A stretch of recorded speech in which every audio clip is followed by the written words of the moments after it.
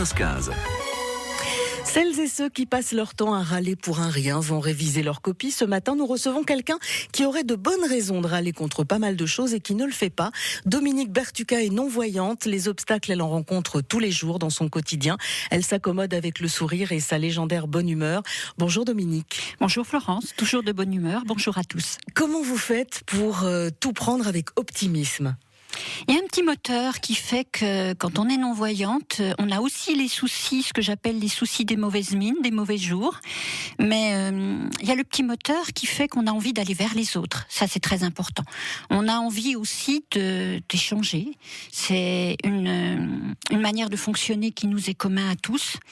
Et puis, on a envie de recevoir aussi. Donc la bonne humeur, c'est un moteur. Vous dites on a envie d'aller vers les autres. Est-ce que les autres ont envie et osent surtout venir vers vous? Parce que des fois l'envie c'est pas ce qui manque, mais on n'ose pas.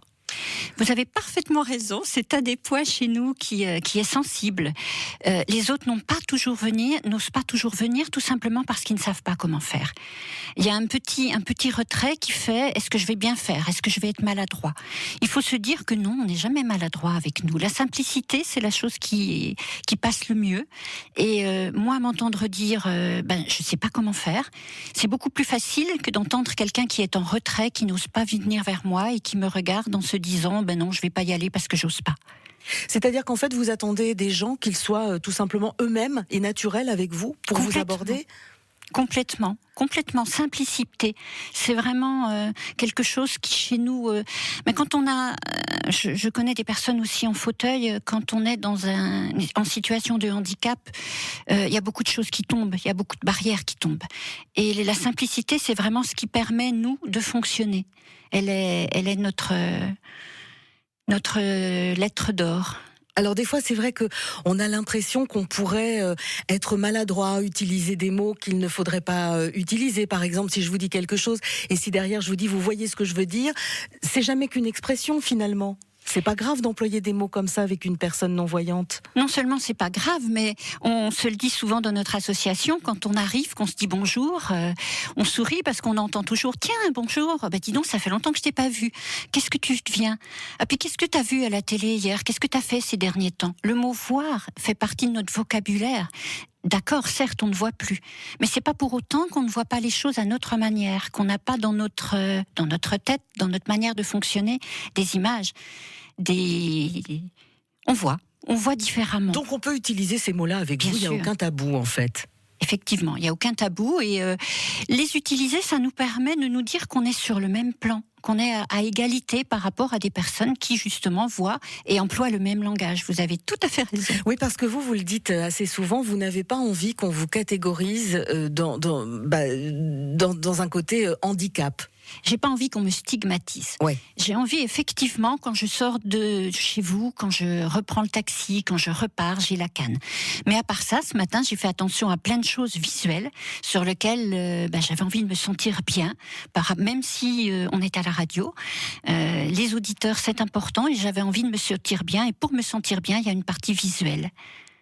Alors j'invite justement nos auditeurs à nous appeler au 03 80 42 15 15 si vous avez envie de témoigner ou tout simplement de poser des questions à Dominique, parce qu'on peut très bien avoir envie de vous poser des questions. Il y a des personnes qui sont peut-être dans une situation comme la vôtre, Dominique, et qui ne savent pas comment aller vers les autres. Parce que ça finalement, vous c'est un avantage de faire cette démarche d'aller vers l'autre. Tout à fait. Et puis d'ailleurs je dois faire un petit coucou à Françoise qui nous a téléphoné la dernière fois, qui est rentrée dans notre association. J'espère qu'elle y a trouvé du bonheur, mais en tout cas, nous, on a été très contente qu'elle soit venue vers nous. Et ça, c'est la preuve que justement, la radio nous permet des contacts et nous permet que les personnes qui ne savent pas comment faire et qui ne savent pas où aller aient un contact chaleureux qui leur permette de nous rejoindre. Votre association, Les Yeux en Promenade, on en parlera à la fin de l'émission. Pour l'instant, parce que c'est vrai qu'à chaque fois que vous venez, on a toujours plein de questions qui sont préparées. Et puis finalement, comme on a eu beaucoup de témoignages, on n'est pas allé au bout des choses. On va dire quelques mots sur les nouvelles technologies. C'est vrai qu'aujourd'hui, c'est très simple pour beaucoup de monde d'utiliser ordinateur, tablette, téléphone portable. Est-ce que ce sont des choses auxquelles vous, non-voyants ou malvoyants, vous avez accès facilement ? Oui, tout à fait. On a accès grâce à des adaptations. Pour un ordinateur, par exemple, il faut que pour nous, il y ait deux choix possibles. Pour les personnes malvoyantes, le choix d'avoir un zoom texte qui agrandit l'écran. Pour les personnes non-voyantes comme moi, une synthèse vocale qui est un logiciel adapté sur l'ordinateur et qui nous permet, avec une voix virtuelle, d'avoir les mêmes choses que vous avez avec une souris en cliquant. Donc ça, c'est important. Vous avez aussi la tablette. La tablette est accessible pour les personnes non-voyantes avec une mini-formation. Surtout si vous voulez acquérir une tablette, ne vous dites pas je vais me débrouiller tout seul. Non, il y a plusieurs tablettes qui sont accessibles, notamment iPad d'Apple, qui est une tablette tout à fait accessible aux personnes déficientes visuelles. Toutes les tablettes ne sont pas accessibles, hein. Vous me le disiez tout à l'heure hors antenne, donc c'est important de se renseigner avant de faire son choix. Tout à fait. Et puis, qu'est-ce qu'on peut faire avec une tablette? Question basique. On peut aller naviguer sur Internet. On peut recevoir et écouter ses mails. On peut aller regarder des vidéos sur YouTube. On peut également écouter de la musique, écouter la radio. Donc, c'est un choix visuel. C'est un choix auditif qui nous permet. On entend parler beaucoup de tablettes actuellement. Bien d'être l'égal des autres dans ce domaine. Oui, finalement, vous faites quasiment exactement la même chose que tout le monde avec une tablette. Peut-être que les choses auxquelles vous allez moins accéder, ça va être les jeux ou les choses comme ça, qui ont ce côté peut-être beaucoup plus visuel. Tout à fait. Tout ce qui est jeux vidéo, bien sûr, ça ne nous est pas accessible, mais on est beaucoup la radio, la musique, même les vidéos sur YouTube. Bien sûr, on n'a pas le visuel, mais parfois l'écoute est suffisante. Les téléphones portables aussi. On a des téléphones portables iPhone et puis smartphone qui sont adaptés. Le mien a une synthèse vocale et avec ma synthèse vocale, je peux faire, bien sûr, aller dans mes contacts, mais surtout avoir la météo, choisir les films que je vais regarder en audiodescription ou pas, avoir un agenda, avoir un mémo. Donc, on a un large panel qui nous permet d'être comme les autres, avec des moyens différents, puisque nous, on a besoin d'une écoute, donc d'une synthèse vocale. Vous parliez d'écouter des vidéos et pour autant, vous dites regarder la télé. Comment ça se passe quand vous regardez la télé ? Eh bien, on a la chance maintenant d'avoir de l'audiodescription qui nous est proposée, c'est-à-dire tout ce qui n'est pas décrit dans le film et qui est visuel, en allant cherchant dans le menu et en appuyant sur une touche pour avoir l'audiodescription. On est l'égal de vous dans les détails. C'est-à-dire, par exemple, tout ce qui est visuel au niveau des vêtements, au niveau des expressions, au niveau des déplacements. Et même, j'ai entendu certaines personnes qui nous disaient, moi maintenant, qui sont voyantes, moi maintenant, je mets l'audiodescription parce que ça me permet de mettre la télé un petit peu plus fort et de me balader dans mon appartement en sachant ce qui se passe à la télé. Donc ça, c'est nouveau. Et ça veut dire que c'est pas accessible uniquement pour les personnes déficientes visuelles. Et comment ça se passe l'audiodescription dans un film ? C'est-à-dire que les commentaires qui sont donnés pour l'audiodescription ne couvrent pas les dialogues, ça a été vraiment étudié ? Oui, ça a été vraiment étudié. Si Dijon pouvait se rallier à l'audiodescription, ça serait pour nous magnifique parce qu'on n'a pas toujours la possibilité d'aller à l'extérieur. À Quetigny, il y a un cinéma qui nous permet d'avoir l'audiodescription. On a un très bon accueil et vous avez parfaitement raison. Au niveau des dialogues, il ne faut pas parler parce que sinon, on doit faire un choix. Écouter les dialogues ou écouter l'audiodescription. Et c'est les dialogues qui nous permettent d'entrer dans le film. Quand il y a une musique, c'est pareil. La musique est souvent très forte. Donc il y a des petites codes comme ça à respecter pour qu'on puisse bénéficier de l'œuvre cinématographique et en même temps qu'on puisse avoir les renseignements qui nous permettent de nous imaginer, de visualiser et de comprendre le film au même titre que vous. On lance un appel, en tout cas, au cinéma dijonnais, parce que ça a peut-être aussi un coût d'équiper un cinéma, mais c'est vrai que c'est important d'y penser et de permettre, parce qu'on parle des personnes non-voyantes, mais il y a aussi les personnes malvoyantes, pour qui ça peut être un vrai souci. Bien sûr. Et on a envie, au niveau de la culture, il y a beaucoup de choses qui se font à Dijon, avec le théâtre Dijon-Bourgogne, avec la Vapeur, avec l'auditorium. Dijon est très riche en culture, on est toujours bien accueillis, mais le cinéma, c'est quelque chose qui est accessible et dont on parle volontiers au cours d'une conversation. Et le fait d'avoir eu la chance d'aller voir des films et de pouvoir en parler avec des amis, à table, dans des relations sympas, eh bien ça nous met en valeur. Oui, parce qu'on ne s'y attend pas. Oui. 03 80 42 15 15. Si vous souhaitez poser des questions à Dominique Bertucca, notre invité. On est dans les experts, j'allais dire notre experte, mais vous êtes avant tout notre invité sur ce sujet. Vous pouvez le faire, vous pouvez témoigner aussi. Ça nous intéresse de savoir comment vous vivez ce handicap, vous, au quotidien. Est-ce qu'il y a des petits soucis? Est-ce que vous vous êtes accommodé? Qu'est-ce que vous trouvez qui est formidable, qui peut avoir changé, par exemple? Parce qu'il y a quand même eu pas mal de progrès, Dominique, qui ont été faits dans pas mal de domaines aussi. Oui, il y a eu pas mal de progrès. Ces progrès ont un coût, malheureusement, au niveau du handicap. Mais on peut dire que beaucoup de personnes réfléchissent à faire de l'auditif pour que nous, on puisse avoir une accessibilité d'écoute. Il n'y en a pas partout. On a parlé des digicodes la dernière fois, qui sont pour nous vraiment un problème.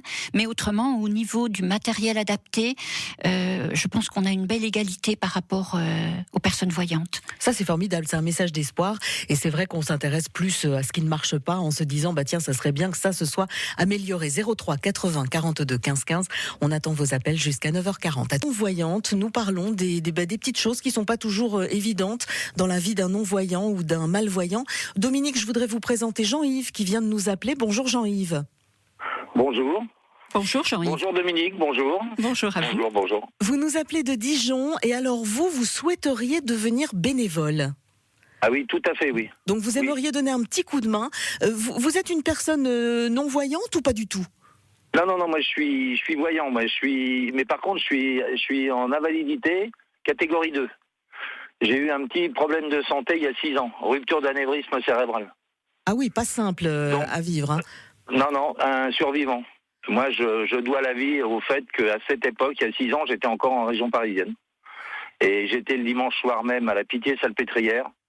Et le lundi matin à 7h au bloc opératoire entre les mains du champion du monde. Et du coup, vous vous en êtes sorti comment, Yves? Votre handicap, il se traduit comment? Je suis que j'ai été mis en invalidité parce que j'étais artisan, électricien, et que j'ai plus le droit aux échafaudages, aux escabeaux, aux échelles, les travaux en hauteur, plein de choses interdites par rapport à la rupture d'anévrisme. Et ce qui se passe, c'est que depuis, comme j'avais 37 ans de bâtiment avant, j'ai des problèmes de genoux et des problèmes de dos. Ça s'appelle la maladie des carleurs. Ouais. Voilà, donc je suis en invalidité, catégorie 2, je ne retravaillerai jamais, mais je vois tout à fait bien. J'ai une voiture. Oui. Et il s'est trouvé que la semaine dernière, j'ai aidé une dame non-voyante à traverser la place d'Arcy pour prendre le tram. On est allé jusqu'à République où on a retrouvé une amie à elle, non-voyante également, pour aller au restaurant de la Colombière, où il y avait un petit repas par l'association Vincent Huy, la VH de Dijon. Valentin Huy, ouais. Valentin, oui, c'est pas Vincent, excusez-moi. Non, c'est pas lui, c'est pas le même. Moi, je veux absolument faire partie de l'association. Oui, parce que du coup, vous vous êtes. Mois d'octobre. Ouais, et du coup, voilà. Vous vous êtes senti utile ce jour-là. C'est-à-dire que ça m'a confirmé dans mon souhait de faire partie de l'association et d'être utile. Et vous vous êtes rendu compte qu'on peut être utile de façon tout à fait simple, c'est-à-dire juste donner le bras à une personne?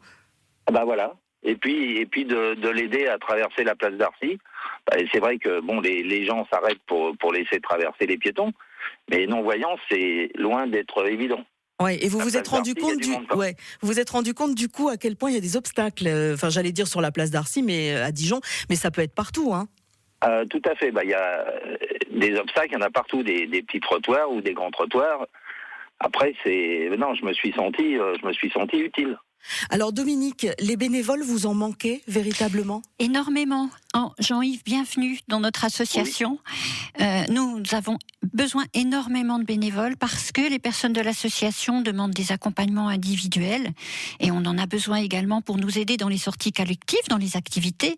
Et les accompagnements individuels, il y a des actifs chez nous qui travaillent et on a besoin de personnes qui ont de la disponibilité, exactement comme vient de nous dire Jean-Yves. C'est-à-dire pour pour nous aider à aller en ville, à faire les soldes, à aller se promener, faire le tour du lac quand il y a un petit rayon de soleil. Toutes ces démarches qui sont des plaisirs, des envies et qui ne nous permettent pas, nous, de le faire seuls. Donc, Jean-Yves, merci. C'est pour nous, vraiment, là, je suis très enthousiaste parce que ça fait alors attention, bien. Dominique, parce que vous lui présentez Dominique, ça va aller très très vite. Ouais. J'ai rempli mon dossier auprès de France Bénévolat hier soir.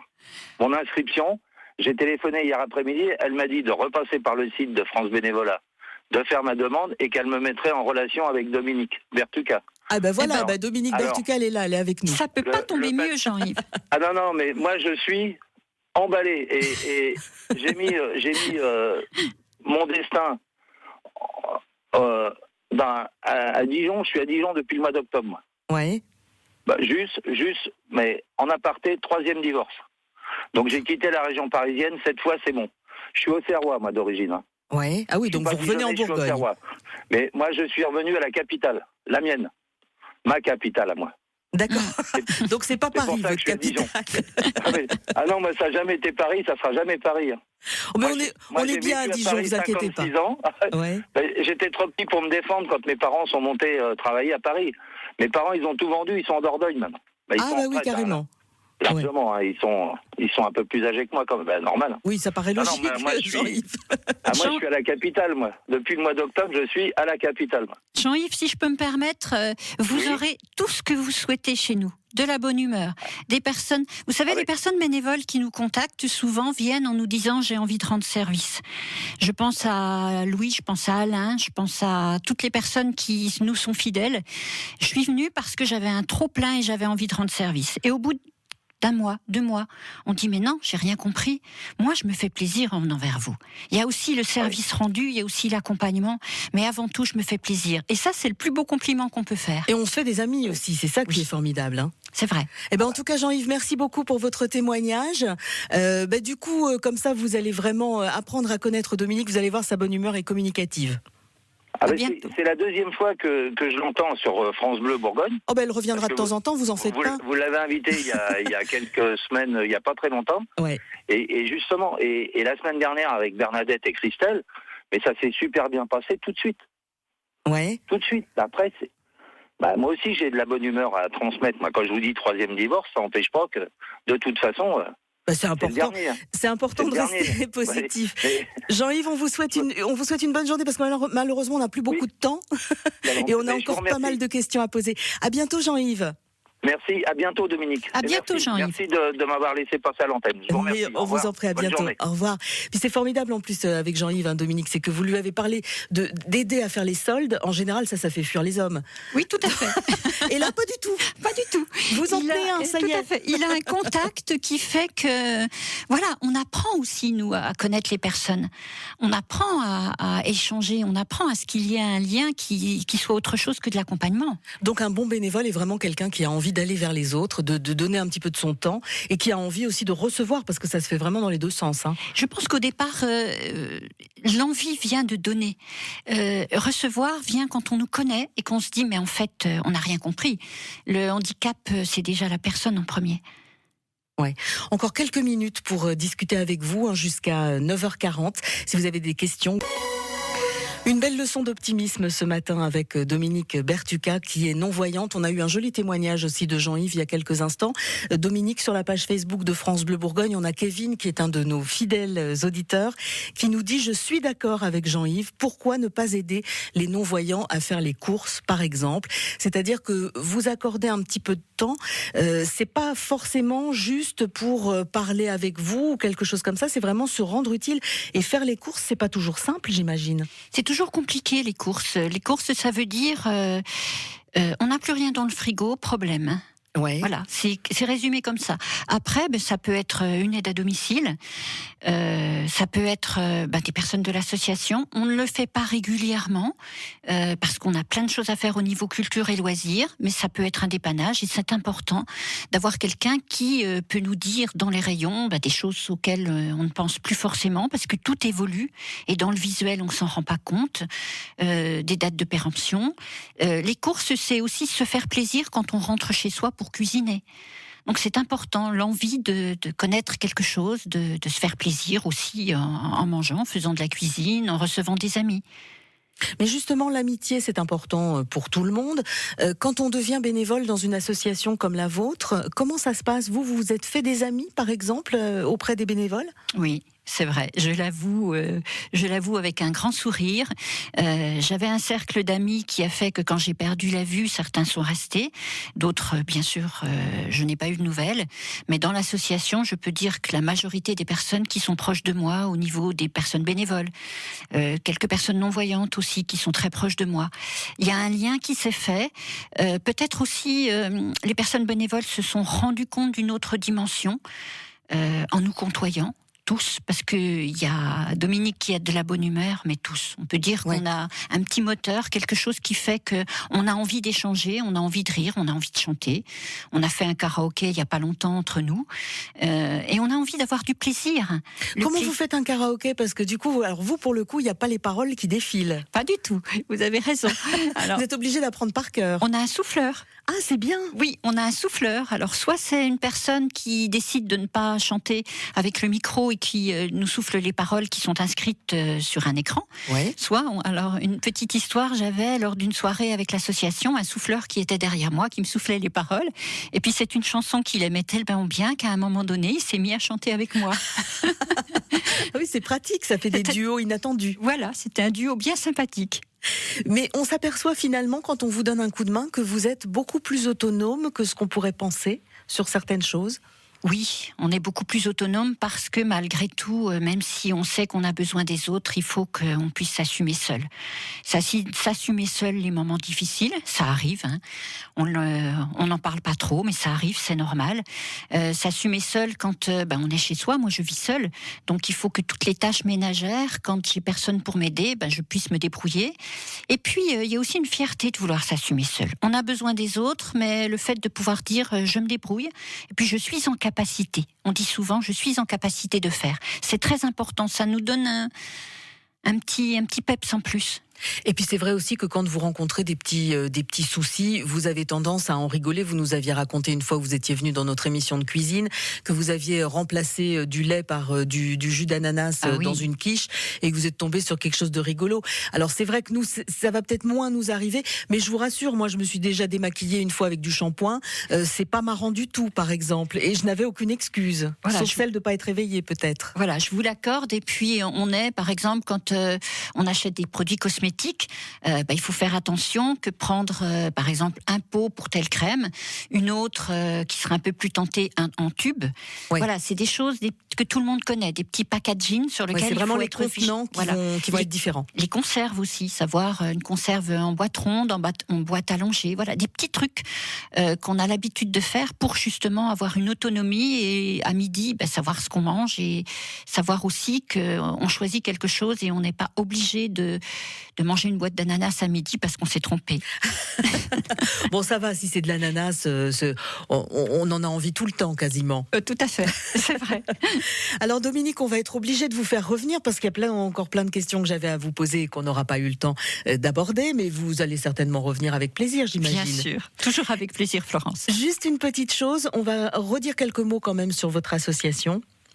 On peut ? Oui, bien sûr. Alors, si je peux me permettre, je vais déjà parler de quelque chose qui est arrivé. Ce n'est pas le Beaujolais nouveau, mais c'est le flyer nouveau. Grâce à Maëva, une étudiante de l'école supérieure de commerce qui nous a fait un magnifique flyer. Alors c'est quand même important de le signaler parce que ça fait 13 ans qu'on l'attendait. On mettait cette priorité en retrait et là, on va pouvoir parler de notre association et donner des flyers à toutes les personnes qui veulent savoir ce qu'on fait, membres déficients visuels, membres bénévoles. Nous sommes toujours en recherche de bénévoles, comme Jean-Yves, de personnes qui ont envie de nous aider, de nous donner de leur temps et de leur bonne humeur, et qu'on est également en recherche d'activités pour faire plaisir à toutes les personnes de l'association. C'est le but. Et alors, Marc posait une question, m'a posé une question dans le casque qui peut être intéressante. Comment vous avez fait pour le choix du flyer? Parce que du coup, vous avez complètement mis ça entre les mains de la personne qui vous l'avait fait, ou vous avez dit, on aimerait bien des choses qui traduisent ceci ou cela, on aimerait bien tel type de couleur. Comment vous vous y êtes pris? Alors, je me suis fait aider par une association qui s'appelle Voir et Percevoir, avec laquelle je travaille, qui est une association qui propose de la rééducation basse vision sur Dijon. Et cette personne m'a expliqué comment faire déjà pour proposer, pour expliquer ce qu'on fait. Donc, il y a eu une petite partie professionnelle et ensuite, il y a eu de grandes discussions. Je crois qu'on en a refait une dizaine avant d'arriver au bon, pour que ce soit accessible à tout le monde, pour que tout le monde y trouve son compte dans ce flyer. Ensuite, on a choisi des photos. Je crois que sur ce flyer, il y a une photo, on joue à la pétanque et il y a quelqu'un qui lance la boule de pétanque, voilà, pour expliquer que on est dans le loisir, on est dans le sport, on est dans la détente. Ouais. Donc il faut obligatoirement de l'aide d'une personne et du visuel. Mais vous viendrez nous en apporter quelques-uns parce qu'on a peut-être des personnes qui ont écouté l'émission ce matin et qui sont intéressées pour venir vous rejoindre. Il y a toutes vos coordonnées sur le flyer? Oui. Avec grand plaisir. Oui, puis on est très fiers. On peut se permettre d'être très fiers parce qu'on l'a tellement attendu qu'il va nous permettre un moyen de communication avec tout le monde. Merci beaucoup Dominique Bertucca d'être passé nous voir. À très bientôt. À très bientôt, merci.